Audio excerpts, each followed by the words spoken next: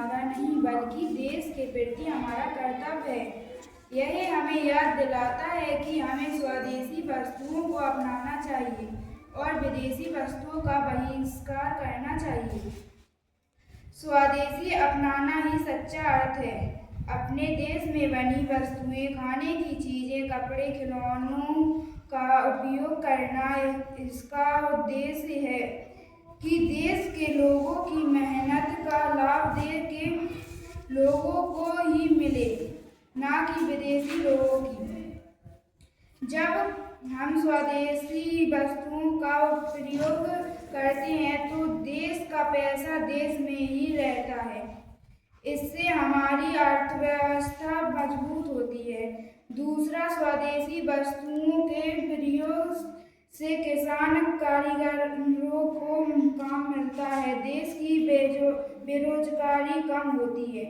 स्वदेशी वस्तुएं हमारी संस्कृति को जीवित रखती हैं, जैसे मिट्टी के बर्तन, खादी, हाथ से बनी वस्तुएं।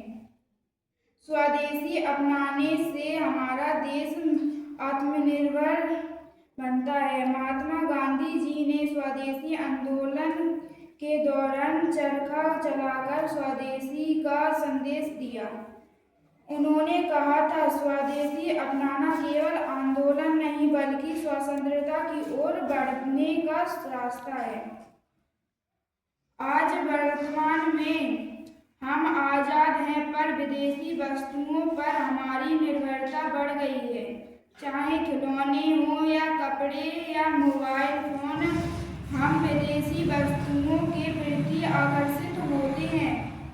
इससे विदेशी कंपनियां लाभ कमाती हैं। ऐसे समय में मेक इन इंडिया और वोकल फॉर लोकल जैसे अभियानों ने हमें पुनः स्वदेशी की ओर प्रेरित किया है। इससे हमारी अर्थव्यवस्था मजबूत होगी।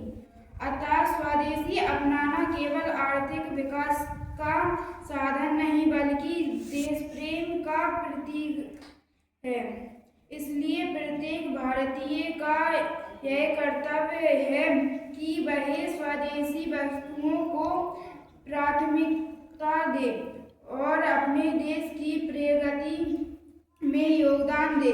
स्वदेशी अपनाना ही सच्चा देश प्रेम है। स्वदेशी अपनाओ, भारत बचाओ। स्वदेशी अपनाओ, भारत बचाओ। स्वदेशी अपनाओ, भारत बचाओ।